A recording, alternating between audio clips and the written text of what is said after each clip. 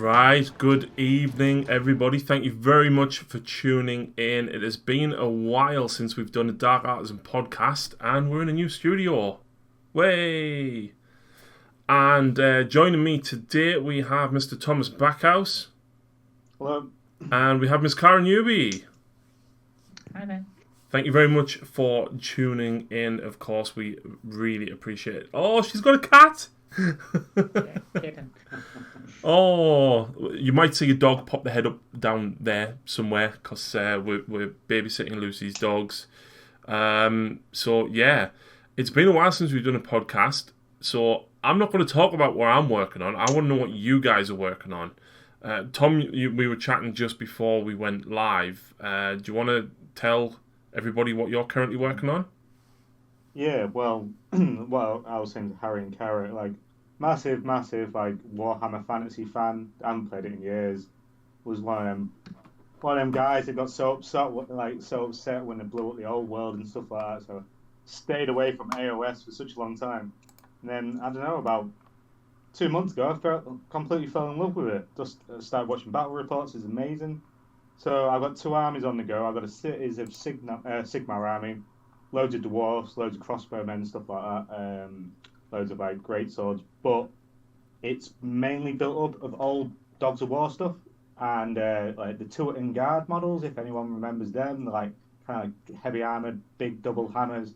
They'll be like my great swords. So it's really kind of rare stuff that you don't see. Yeah. Don't really know how well it'll work on a tabletop, but it'll look good and it'll be fun. And then the other side of that is I've got a Legion of Asgard, 2,000 points of that I'm building up and painting. Chaos Wars, once again, for anyone that's familiar with like Warhammer Fantasy and stuff like that. So basically, they did a campaign book. Forge World did a campaign book, and it was Tamakin, the Maggot Lord, I think he was called. He was like a big Nurgle Lord and a sort of massive Nurgle Toad thing. Yeah. So there was like him invading the old world, and then that's where the Legion of Asgard like got brought in, like they redid the range for the Chaos Dwarfs and stuff like that. So it's kind of what the old Forge World stuff. But because they still make it, they gave him a bit of love and gave him like a little book for Age of Sigmar. I mean, it's terrible. They're absolutely terrible. Ask Grant, he'll tell you. I asked him so many. I was like, "How can I make these good? How can I win with them?" And he was basically just, "Don't play them."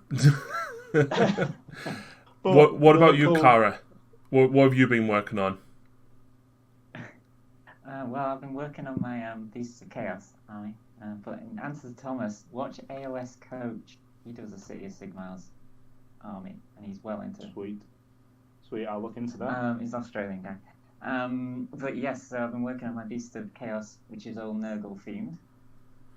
Working on this guy. Yes, when you sent the picture of that for us to show off on the showcase, I love how he's got the Great and Clean One sword down.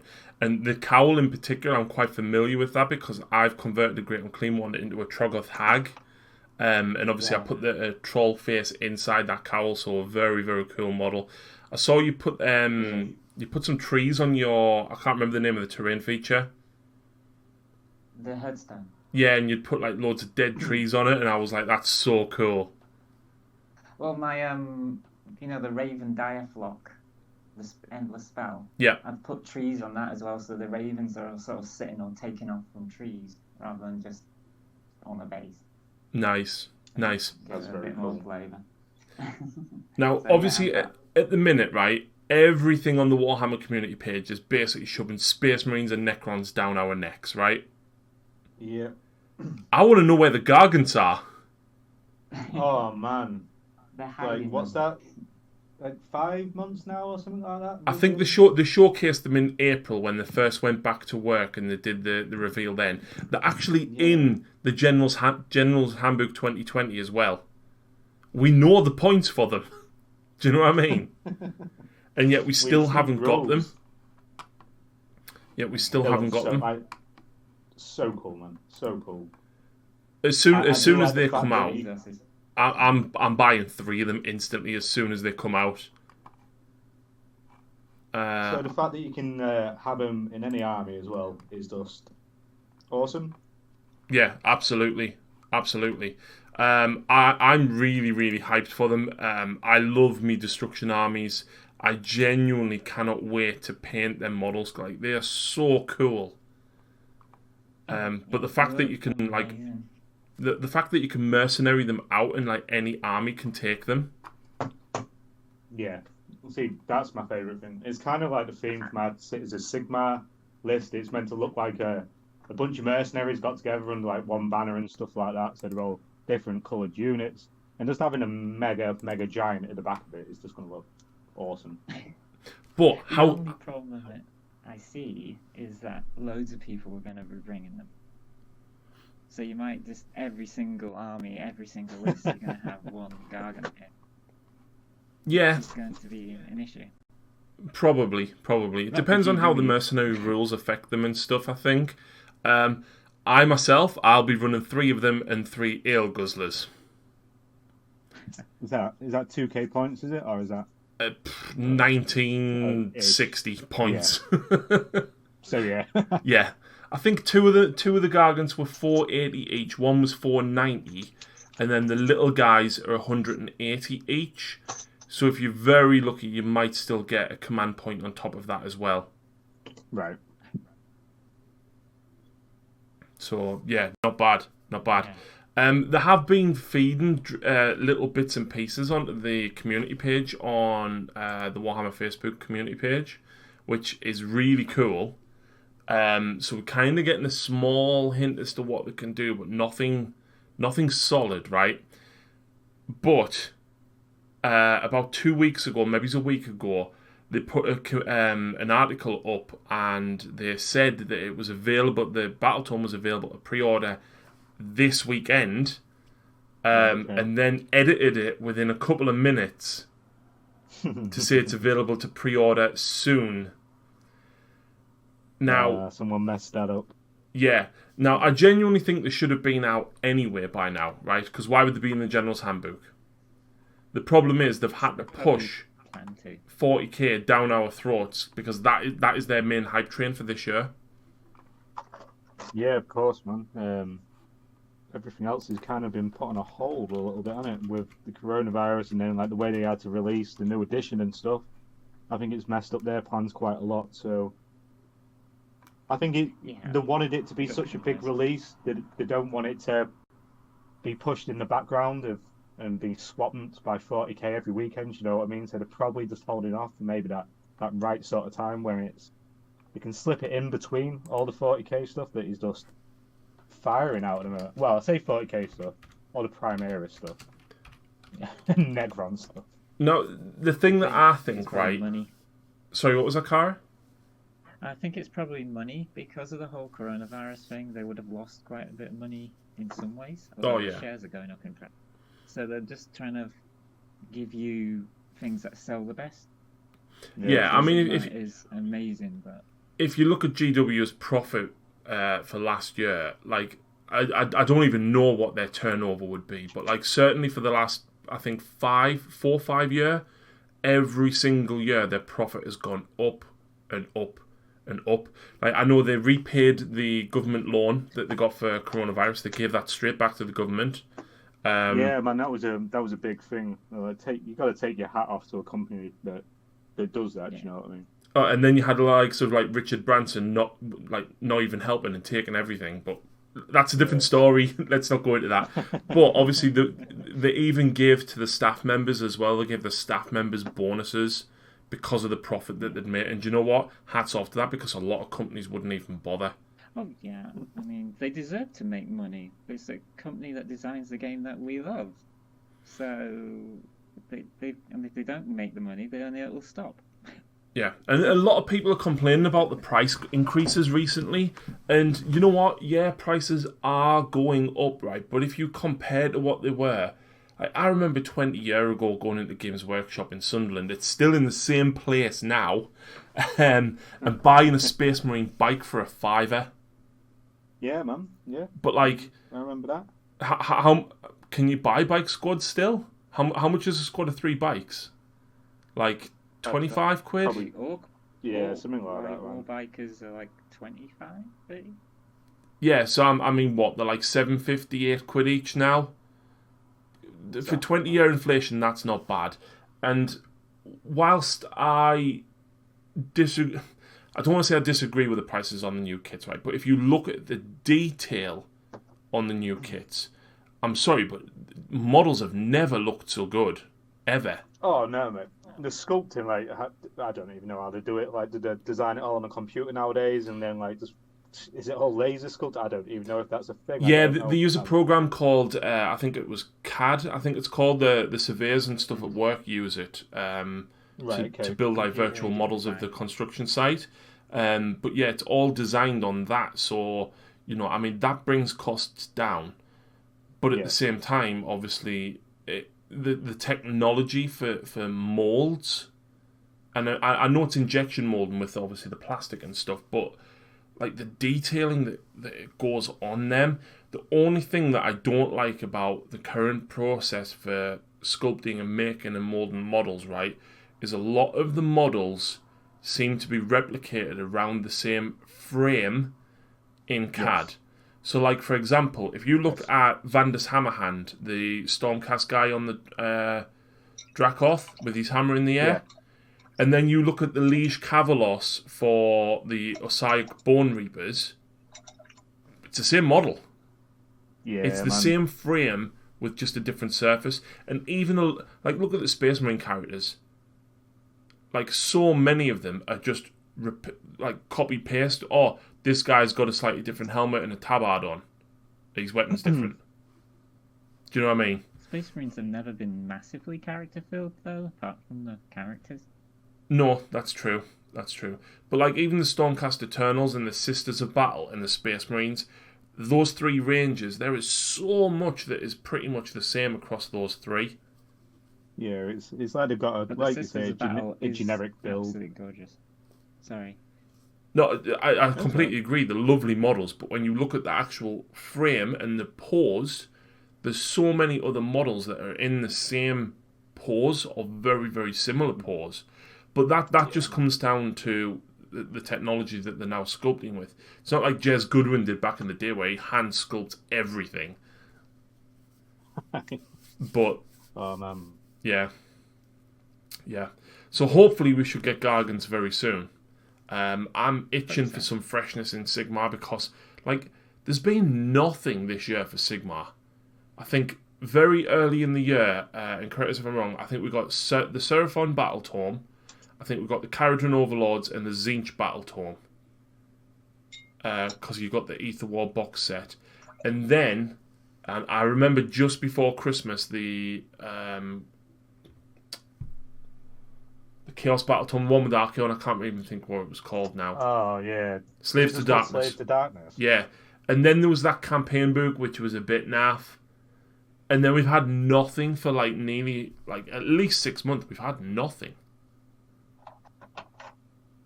I mean, I've only got into Age of Sigmar 3 or 4 months, and I've not had a game yet. But yeah, and I mean, with everything going on at the minute, it is kind of crap. I mean, Tom, are you allowed to go out and game? No, man. I'm in Scotland. Like, we were like where it always seemed to be stricter in England. So where we was, it was pretty closed down straight away. And then about 2 weeks later, I think you guys, Northumberland area, Sunderland in that area, they closed down. So when the new restrictions came out, like my partner couldn't even go around to her mum's house for a cup of tea or anything. Yeah. We're not allowed to. I think, yeah. So, but I think about like say it was about a week and a half later, like you followed suit. But it is what it is, man. Do you know what I mean? We're living every day with it, so we just got to crack on, mate. I'm fortunate that Lucy actually plays. I mean, granted, I've got, she's not that fussed on 40k. She will play it in order to produce a battle report, but she'd far rather, and she enjoys playing Sigmar a lot more. And you know what? Like, I love the models of 40k, I really do. I love the lore, I love the background of 40k. Honestly, I prefer playing Sigmar. It's just such a cleaner, more decisive and fun game, in my opinion. Yeah, man. Lucy's one of the reasons. Sorry, go on, Cara. Oh no. I was going to say Lucy's one of the reasons I got into Age of Sigmar, because she kept saying to me on Facebook, when are you going to get Age of Sigmar? When are you going to get Age of Sigmar? Do you know what? Honestly, right, when you do play a Cara, like it's a lot more simpler than 40k. But it's all about movement and positioning, and there's a lot more manipulation that you can do regarding scoring objectives. There's far less shooting in it as well, so it's not just a case of, I'm going to stand in my gun line and shoot you down before you get to us. Like, I've got to charge forward, I've got to go and get this objective. And because it's always you go, I go in combat, rather than, these 5 units charge, they get to go first. It's always alternating, barring a few things like with the new elves and stuff, which, that's elvish magic, so whatever. The fact that, like, the random turns, but then there's things, obviously, there's advantages to going first, there's advantages to going second. And like, I love playing with Archeon in that instance, because he can control the battlefield, because if you spend a command point, he knows if he's going first or second in the next turn. And so, like, if you know you're getting a double turn, you're going to play aggressively. You know you've got 2 turns to charge and batter your opponent, whereas your opponent doesn't know. But, like, the fact that every turn could be, could I get a double turn now, or is my opponent getting a double turn? And it's just, I love Sigmar so much more than 40k. Yeah, honestly, like, I haven't fallen out of love with 40k, but I'd say I probably haven't fallen in love with 9th edition yet. I haven't played a lot of it because we're basically playing with indexes as well. Do you know what I mean? Like the old codexes, that kind of. So we're not playing the proper game until all the codexes come out and everyone's on a kind of level playing field, and then, like, I'll really start getting back into it, mainly with my craft world. I might build a marine army, but for now, like, AOS, it's a completely new gaming system to me. I love it. It's fun. It looks fun. Every report that I watched is like it's just fun to watch. Yeah, it's easy to watch. I picked up the rules. I know you can download the rules and stuff like that, but I picked up the rules probably after watching about 4 or 5 battle reports. I was like, right, this is easy. I get it now. But if you look at the data sheets, everything you need to know about that unit is on its data sheet, and they're all free. Yeah, brilliant, man. The only reason that you buy the battle tomes essentially is to get your allegiance abilities or your Space Marine chapter traits. You get your relics, you get your command traits, and you get your spells or prayers, and that's what's in your battle tome. Yeah. And by the way, what a fantastic app! What a brilliant app that they made for AOS. It works. It's amazing. Which one? Azia? Well, yeah. So the fact you just download the AOS app, and it has all the battle. It has all the battle sheets on there and stuff like that. Just search whatever unit we want. So I don't use Azia. I know a lot of people do, but I do use the datasheet one. And then I actually use, to build my armies, War Scroll Builder, which is on the Warhammer community site. Oh. Now, I don't know about you, but maybe if I had a separate gaming system, maybe I would just kind of do the same thing, because it already works. I mean, I'll be honest, I haven't downloaded the app, but all I've heard about the 40k app is it's broken, it doesn't work. Apparently one of the Necron characters, wherever I think it was Imatech the Stormlord, and then at the bottom it says Anakia the Traveller has a 4+ invulnerable save. Great! But I want to know what Imatech's invulnerable save is.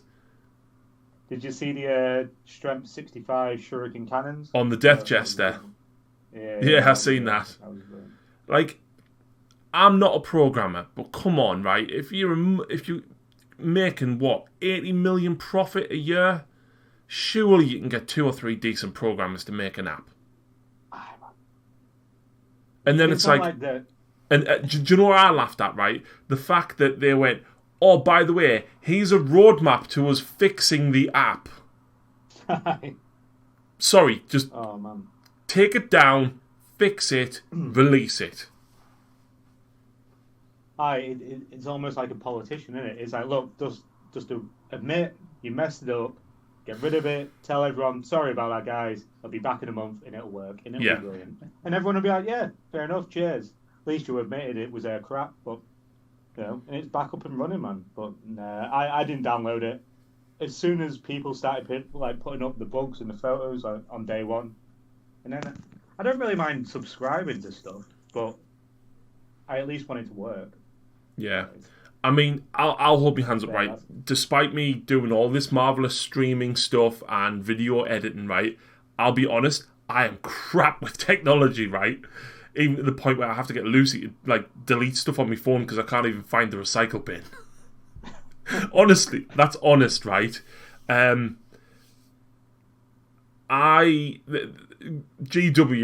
messaged me about a week before the app was released and said, do you want beta access to it?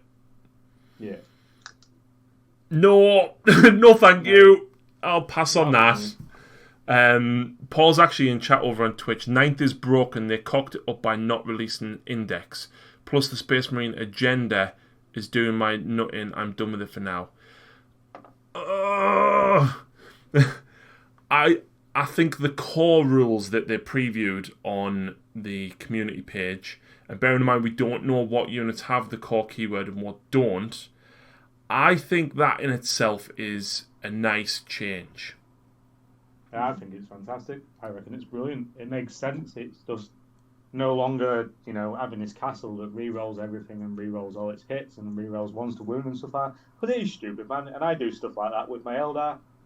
There's a strat with the Eldar that lets a fire seer, everyone within 6 inches can re-roll ones to wound. So all of a sudden you got little blobs of Dark Reapers and Hornets and you got Falcons all just re-rolling ones to wound for 1 CP. And it's stupid. I mean, it's stupid, but I use it because it's there and it's the rules. So I quite like the idea of this, core, whatever it's going to be. Is it going to be infantry or is it not quite sure yet? Well, they did say a repulsor would not have it. Yeah. So I think, how much is that going to affect other armies though? Because when you consider other armies, like Tau, for example, Tau commanders, how is that going to affect them? I mean, obviously they're going to change it massively. Until they come out, it's purely speculation. But I'm not saying Space Marines... Yeah, Space Marines need a nerf. They do. Oh, yeah. Super good, man. Super good. Do you know what broke it? Was Doctrines. Yeah. That's what 100%. Broke it. So... I mean... adding Bolt of Discipline and Shock Assault alone was good, right? It helped a lot. But then adding the Doctrines and then turning around and saying, every chapter gets a super doctrine, and what broke that even further was I'm an Iron Hand player, I need to be in my Devastator doctrine. I'm just going to stay there all game. Yeah. But then on the flip side of that, you had Blood Angel players that can't get to their super doctrine until turn 3. Yeah, I don't know. What is the Blood Angels one? What's it? You get an extra attack when you charge or are charged or heroically intervene on top of Shock Assault. Oh, right, okay. Which is brilliant. But you've got to wait 3 turns. But I've got to wait till turn 3, by which point... I'm in combat turn 1 or 2, not turn 3. Yeah. And that was frustrating. Smythe says, new rules for chapter commands. How do you feel about being able to get a decent chapter master for Blood Angels? I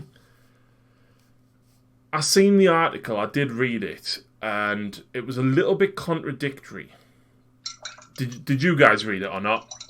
No.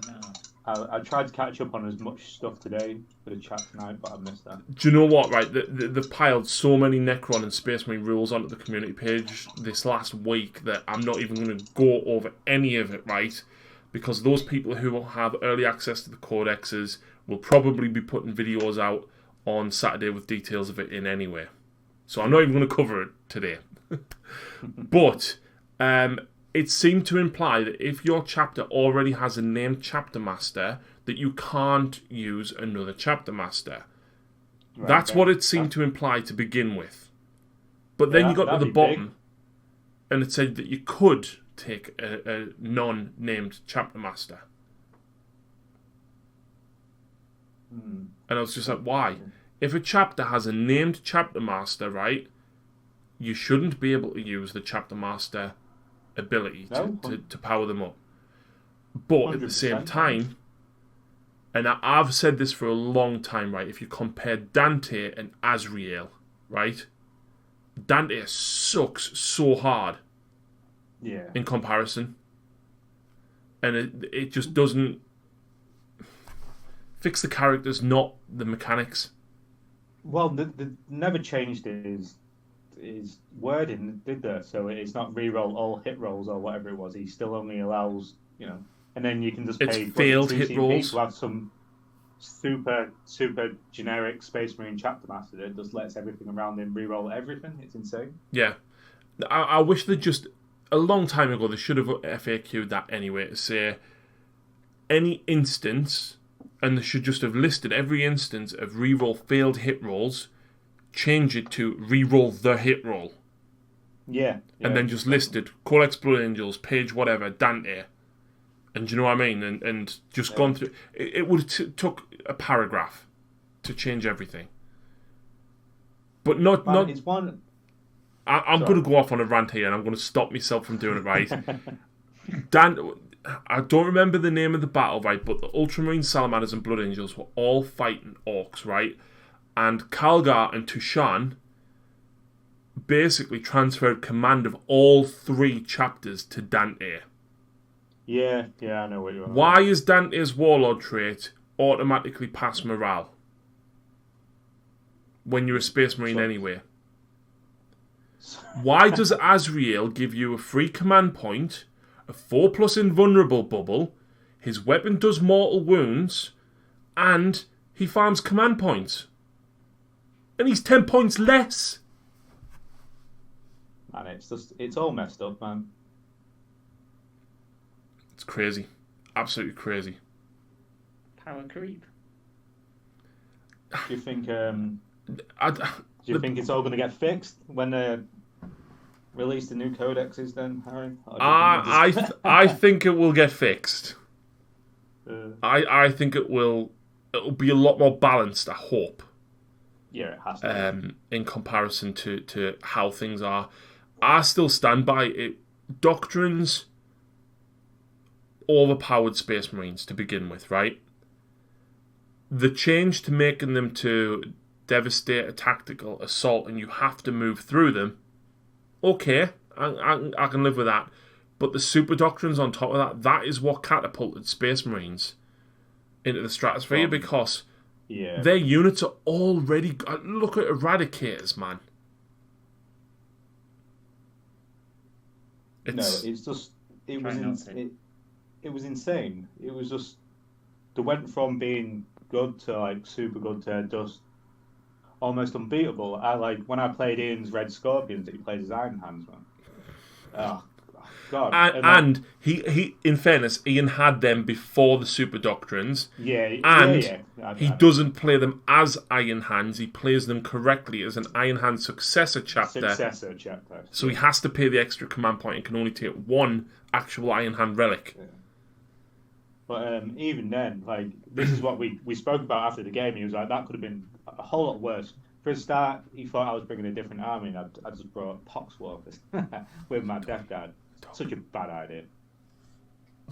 And after the game, and he was like, that was just, that was a tough list that you faced on, but it could have been 10 times worse. It could have been 10 times worse.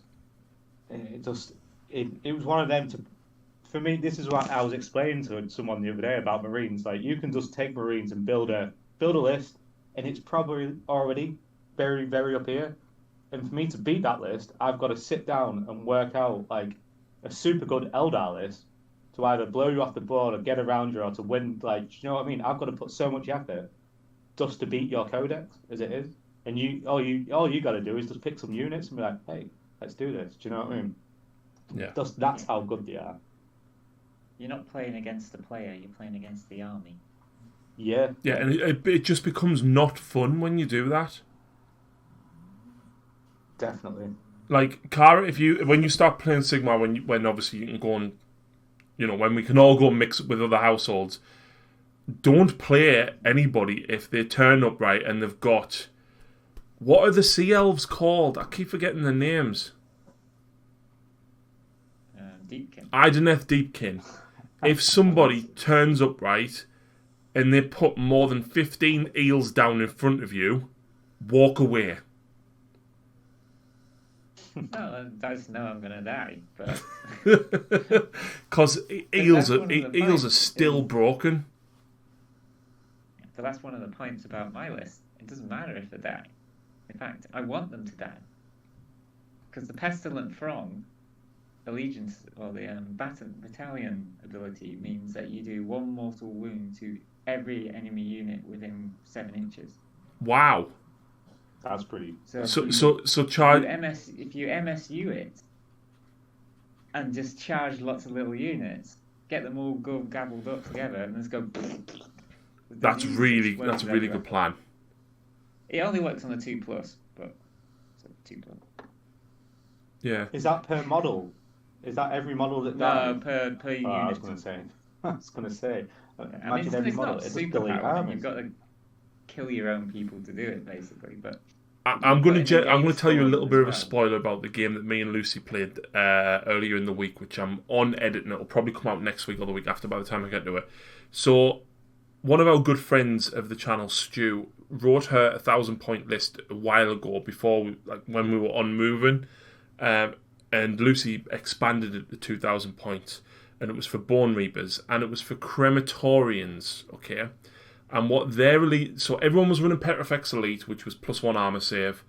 It broke to hell, and they changed it to ignore -1 rend, which is better.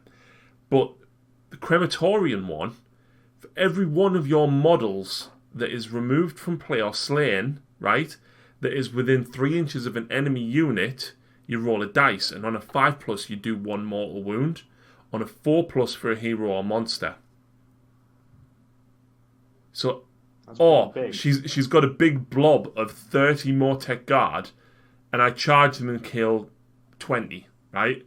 She rolls 20 dice, and on a 5+, she's doing a mortal wound back to me. Yeah. Yeah, that was not... Bearing in mind, right, I played with 4 Mangler Squigs, which are monsters, so every time my Mangler Squig killed a model, it was like, 4+ mortal wound, 4+ mortal wound. And I was like, yay, thanks. Brilliant. I think there is some cool stuff out there. And if you look away from what most people consider the generic meta or what everybody is playing, there is some really cool stuff. So I actually used, in that game, the Jaws of Mork Allegiance ability for the Squigs. Oh, the new one. Which was in White Dwarf, yes. Do you know, it's so cool. I don't know what that is, but I've seen people talking about it a few times. Do you want to... Yeah. So it changes your whole Gloomspite Allegiance ability to basically when a unit of stabbers or shooters dies, at the end of your turn, you can roll a dice, and on a 4+, you get half the unit back within 9 inches or 12 inches of your Loon Shrine. That's normally only goblins, right? This actually works on hoppers, Boingrot Bounders, and Squig Herds. What it also gives you is all the Squigs, the little tiny ones, the herds, have a flat 5-inch move. Hoppers have a 3d6 move. Bounders have a 2d6 move. Manglers start with a 3d6 move. Now, can you see what the issue is here with the 3d6 move? Yeah, you might move through. Yeah, exactly. What if you could just re-roll that move distance for your entire army? Okay. Yeah, that's why it's good. On top of that, if you charge, all of the Squigs' bites, which are pretty good anyway, they hit on 4s, wound on 3s, -1 damage. But all the Squigs have 2 attacks. So the Hoppers, the Bounders, and the Squig Herds all have that, right? What if that was 2 damage when you charged? Yeah, that's nice, man. What if you happen to have a Loon Boss or Mangler Squig whose command ability is +1 to wound on everything within 18? Yeah. So suddenly you're wounding on 2s with them bites doing 2 damage. it suddenly makes like bounders were good anyway. They just got better with that, and then of course, my squad of 15, my squad of 10's dead. Okay, I've just rolled a 4+ at the end of my turn. I've got 5 back in my deployment zone. All over again. Yeah, it's so good. That's cool, man. It sounds really, like a really fun list as well, though. It's the kind of thing that I'd love to see in front of me on a tabletop, because it looks so cool. Great. What was that, Cara? Gloom Spikes are great. Oh, they're so fun. I absolutely love them because they're not competitive in the slightest, right? But they're just so goofy and fun. And if it wasn't for the fact that obviously we play our games on battle mats, I would absolutely use me squig dice. However, I only ever rolled them once, and I'm not rolling them again. They are actually made of rubber. Oh, right, okay. So rubber on top of neoprene battle mat equals dice everywhere. Yeah, man. So, yeah. Not. Paul's actually just joined us in chat. I'm in a league at the moment and the games are so unbalanced. If you're not Marines, then you're mathematically disadvantaged. Non-Space Marine armies got to wait a year plus for new codexes that might balance the game. Harlequins will get nerfed soon, and there's 1, maybe 2 Death Guard builds that are viable. Yeah. Well, Death Guard get a brand new codex very shortly, so They do. hold out for that. They do. See, the way I see it at the moment is like we know what Marines are doing. Like some new rules are coming out, like with Marines and stuff like that. Marines are Marines. Like we know they're good. We know they're going to stay good. But with the Death Guard Codex, I think that's going to give us a bit of an insight of how drastically armies might change. So if they change like the Death Guard up a lot, then when it comes like we all know then like when you NIDS and your Eldar and stuff like that, to expect big things. Yeah. If we get kind of like Death Guard 2.0, having same, nothing really realistically different, just a few more like strats in there and stuff like that, then well, we probably know what we're going to expect for the rest of the codexes, but kind of wait. It's a waiting game, I suppose. Just have patience, really. Yeah, absolutely. Paul also But yeah, says that Marines the is, Lumineth Phalanx sorts the eels out. Paul, I would like to say that Lumineth are basically for people that loved fantasy and miss elves. yeah. Me, I don't like them. Pods. I don't like them either. And let's face it, the techless model is ridiculous, isn't it? oh, that's awful. Awful. Makes me want to take a side goal just so I can splat tackle. With a big rock and the most useless model ever. Yeah. He's not. No, he's not good. I'm wondering what is coming with Age of Sigmar though, because it looks as though they are doing like a Psychic Awakening-esque thing, because they've already confirmed the first book to be Marathi. Yeah, I see that. I didn't even know. Obviously, I'm new into AOS, so I'm just trying to lap up everything that I read about it and stuff like that, and catch on board a little bit and watch as many battle reports as possible. And I see that come out of nowhere, and I was like, oh wow.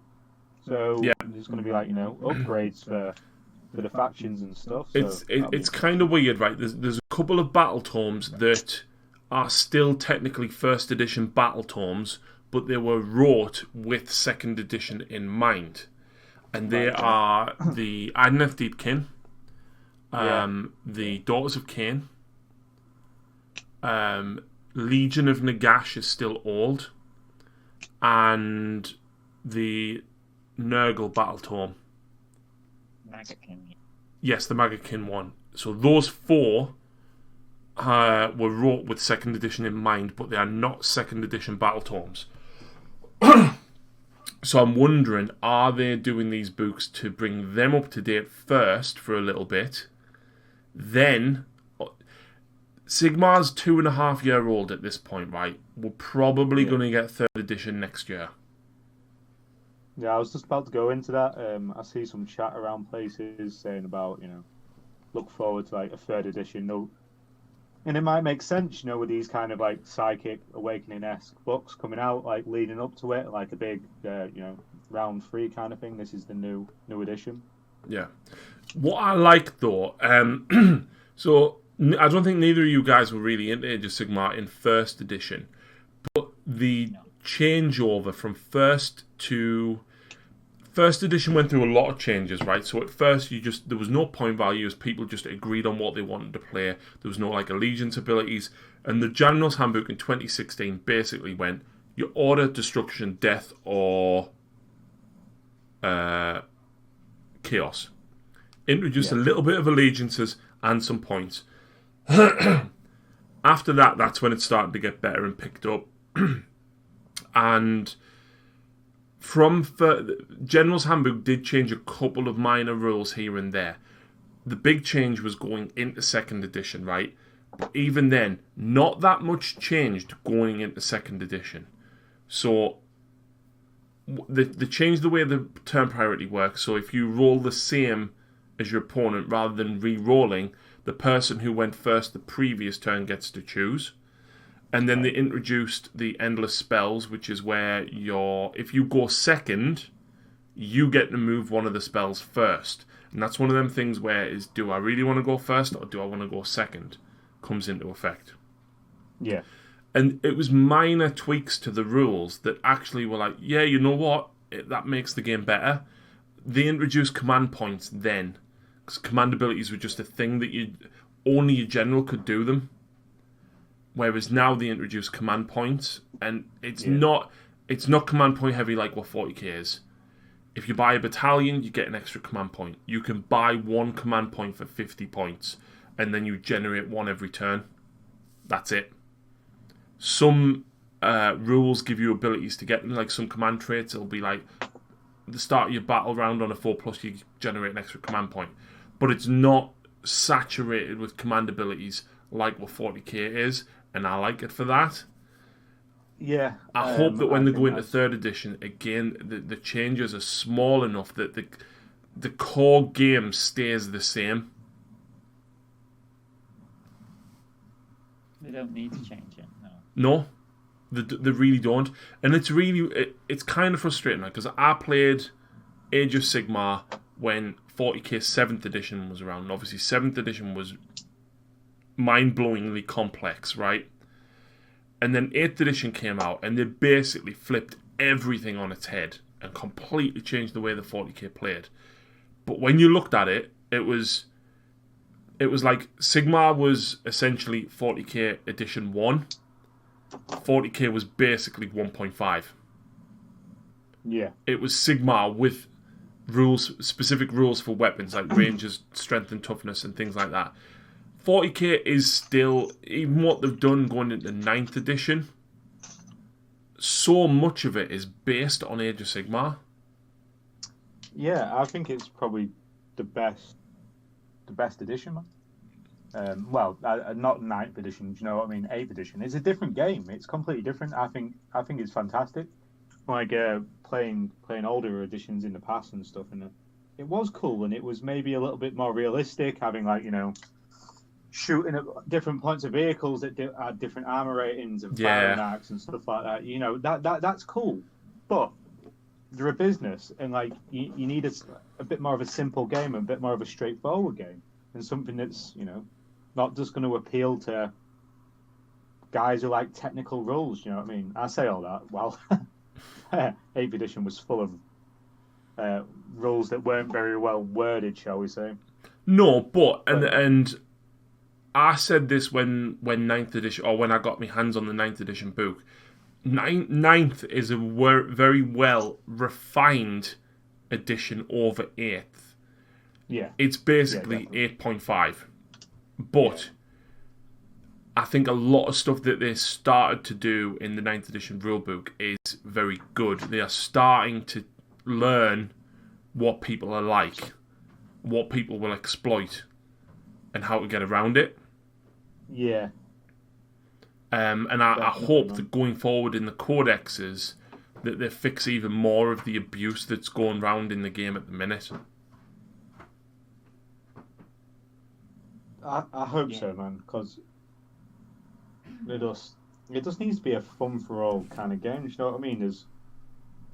There's always going to be a competitive side of it, and always going to be people that look into it and find like little loopholes and stuff. But that's a very unique niche group of people that want to play at the top tables and stuff like that. But everyday generic people, hey man, look at Lucy.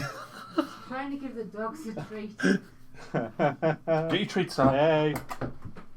Because Stella's asleep next to me feet, and she wanted to give them a treat, but there you go. But yeah. But yeah, for like just for people who just love the game and like love playing and stuff like that, it needs to be simple and straightforward. And it needs to be like that, man. And the minus is to hit like best thing ever, man. Even as an Eldar player, I never played Eldar Flyers because I didn't really like them. But I could make my Hornets -4 or -5 to hit something stupid like that. That advance around the table. I was like, even if you're hitting on 2s, you're now hitting them on 6s. Like the best. Yeah, and then unless you're orcs, you're not hitting. Yeah, because only orcs are like always hit on 6s, obviously. And it was just ludicrous. It really was ludicrous. So I loved that cap. I thought that was fantastic. Great. I like the new terrain rules as well. A lot of people weren't too keen on them and like were quite confused by them at first, but I thought they were pretty straightforward. And when you actually enjoy them. Look at the scenery and go, actually, yeah, that makes sense. It's a lot of words for not a lot of things that it does that are very easy. Yeah. And I'll be honest, I watched Winter's video on the terrain about 4 times before I understood it. And that was me as well. But no, like, one of the biggest changes for 9th edition for me was what they did with the characters. So you can target them. And even then, this rule is still not worded the best, right? What they should have said is you can shoot characters unless they are within 3 inches of a vehicle or monster, or within 3 inches of a squad of 3 or more models, but they also have to be the closest. That's all they had to do, and they overcomplicated it, and then they FAQ'd it and took all that away, and people cried. I cried. I genuinely shed tears. Like, hang on. So me homunculus that gives Talos +1 toughness now can't be screened by 3 toughness 7 wound monsters. No. And I was just like, right, I'm done. And then they FAQ'd the FAQ. Out. Yeah, man, it's... But what they did, the fact that you can target the characters is something that they looked at in Sigmar the year before. So one of the changes that Sigmar did going into 2nd edition, in 1st edition you could shoot characters just willy-nilly, right? Yeah. And I always remember I built a corn list around the guy with the banner, and he used to give you +1 attack, and he made all corn units within like 18 of them immune to morale. Right? And Lucy had 2 squads of these long strike crossbows, think eliminators, right? And there were 2 damage a pop, -2, they hit on 2s, and they 6s that you roll to hit cause 2 mortal wounds. And she was like, see your banner guy there. Bye. And then obviously, all she had to do was kill like 2 or 3 models from each unit, force a battle shock on me, and bearing in mind, like, Blood Reavers are like Bravery 4. Yes. Like, they're running like Gretchen. And then I was just like, well, game over. I'm done. Cheers, man. But what they did going into 2nd edition is if your character is within either an inch or 3, I can't remember, of 3 models, a unit of 3 models, it's -1 to hit him. Yeah, it's 3 inches, man. Yeah. And like that was such a good change. And the fact that all heroes can use command abilities now rather than limiting it to your general, because your general just got sniped all the time. Yeah, it's just the obvious thing, though, isn't it? You bring a general, is the one doing giving the buffs. And there's no penalties to kill him. Just kill him first. Just shoot him from a distance. I mean, the cities list that I built, I think it might be a bit ludicrous, but hear me out here. So, 2 units of 20 crossbowmen. Now, you have a 24-inch range, right? the hit on 4s, the wound on 3s. The general on foot gives his command ability is pick 3 units and give him +1 to hit and wound. Just says that, just +1 to hit and The wound. 3s and 2s. So now the hitting on 3s and the wounding on 2s. Grant was like throwing the celestial hurricane or whatever it is. It's a thing from like Warhammer Fantasy. Yeah, I remember it. Yeah. But it's got a bubble. I'm sure it's a 10-inch or a 12-inch bubble that just gives everyone +1 to hit. So now you got crossbowmen hitting on 2s, wounding on 2s, like everything, like hitting everything in the game. Hitting on 2s, wounding on 2s. Now a unit in 20 gets to shoot twice if it stands still. That's 40 shots that hit on 2s, wound on 2s. At 24-inch range, you can snipe characters all day still. You're hitting on 3s, you're wounding on 2s. I mean, and like going through everything, like the armor saves in AOS, even good armor saves like 4+, you know what I mean? There's not a lot of 3+s and 2+s and stuff like that. So even hitting stuff with a 4+ armor saves, that's between the 2 units, that's 80 shots hitting on 2s, wounding on 2s, with a line in front of Ironbreakers, right? Now this is like like from Hammerfell as well. So as long as you're in your own territory, your units ignore battle shock. So your crossbowmen aren't running anywhere. So I am gonna bar you from talking to Grant. Yeah, like honestly, this was all me. Apart from like that stupid thing that he said about. Now I thought let's add a unit of 30 Ironbreakers in there with a Rune Lord and the Ironbreaker, the Dwarf Lord. Now when a Dwarf Lord doesn't move, it stands on its oath stone, and all Dwarf units within 16 are unbreakable. Build a generic hero. Use his command ability. Yeah, his command ability is +1 to save. Now you've got a unit of 30 Ironbreakers with a 2+ save that are unbreakable, with a Rune Lord that lets you pick an enemy unit. Sorry, that's a different, but you can give him 3 attacks basically, and you can make him -1 rend. So you've got 30 dwarves stood in front of you that won't run away, that got a 2+ save. You can, and that are screening your crossbows. Screening your crossbows and stuff like that. And you know what? I just thought that's quite cool. I might do that and take it to a tournament, because I've genuinely all the battle reports I've seen, I never see anyone use crossbowmen ever. It's always handgunners and stuff. And I was like, why, man? Why? You can make them for a few hundred points, like for the 2 units of crossbows and a couple of generic heroes. Granted, it's not going to last very long because they'll figure it out and they'll try and get around you.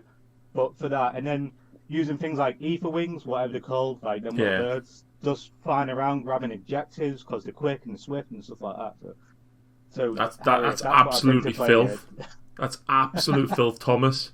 What I would say is, obviously you're not that far from Cara anyway, and you're pretty Grant travels down to you quite a bit. What's the name of the game shop in Stirling, Cara? I can't remember the name. Common Ground Games. Yeah, get yourself up there, Thomas, when there's some events on. Obviously, Cara's popped in and seen Grant quite a few times, and Grant's there quite a lot anyway. That was the plan. I was speaking to Grant, obviously asking him where he was playing and where he goes to his little events and stuff like that. And he said there's quite a lot around Scotland, obviously on hold now. But is it Stirling? Common Ground Games is the best in Scotland. Is it Stirling where you're from? Mm-hmm. Yeah. Yeah, so it's a couple of hours, something like that. So yeah, I'll let you know when I'm coming through, because I'm going to come through with 40 crossbowmen and 30 Ironbreakers and take on Grant with them, please. No, take on my beasts. That'll be fine. Give them Dark Walkers, and they'll come from the side and the back. Nice. Oh yeah, man. This is a one-trick pony. Do you know what I mean? I'll probably get shut down my first turn of my first game. Like, oh, didn't see that coming. Whoops.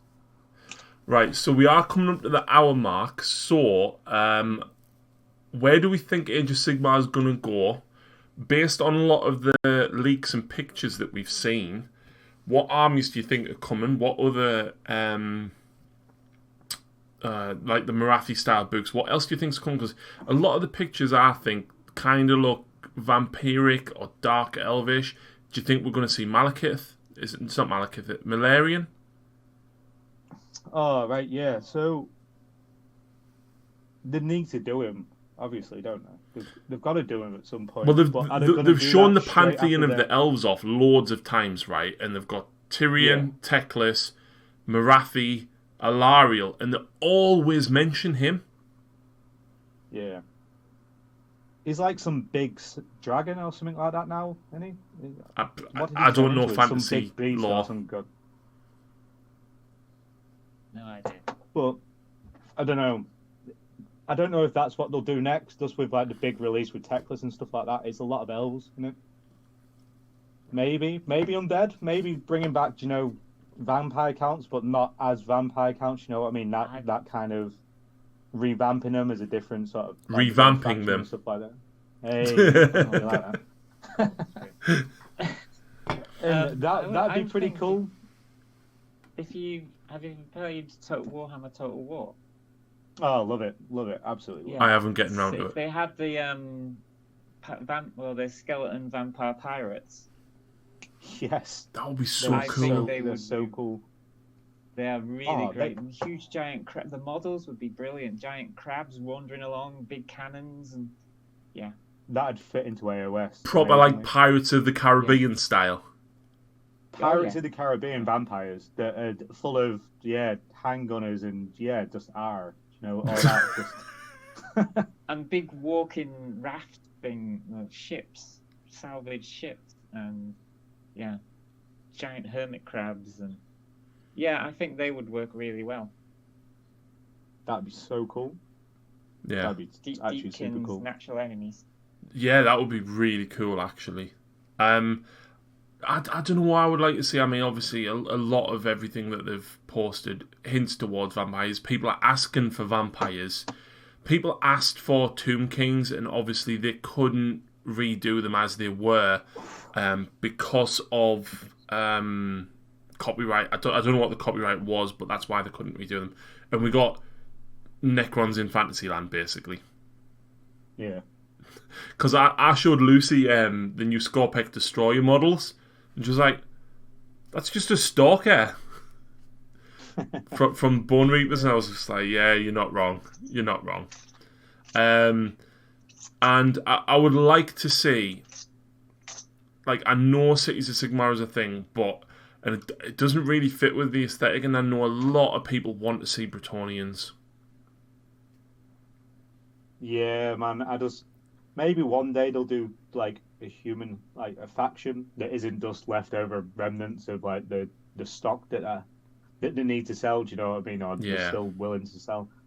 It'll be cool to just have a pure human faction, whatever that might be. I'd be all for that, man.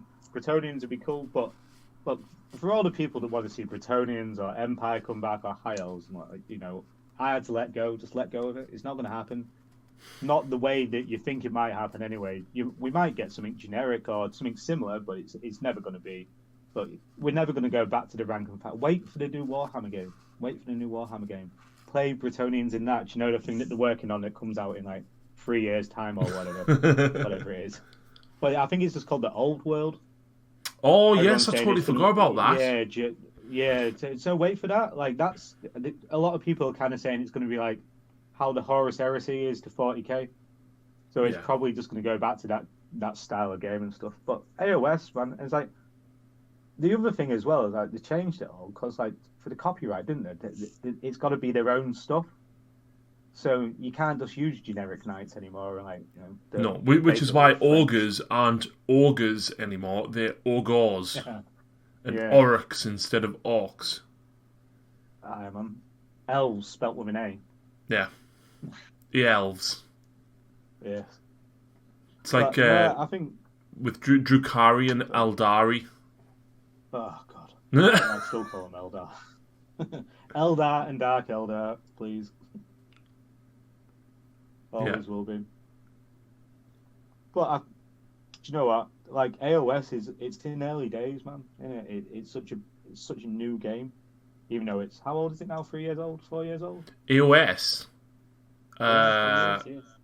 2015 it came out, so it's 5. 5, so 5 years old. It's still relatively a new game. Do you know what I mean? So I actually I got into Warhammer 40k just as 7th edition dropped, And not long after it dropped, they started with all the end time shenanigans.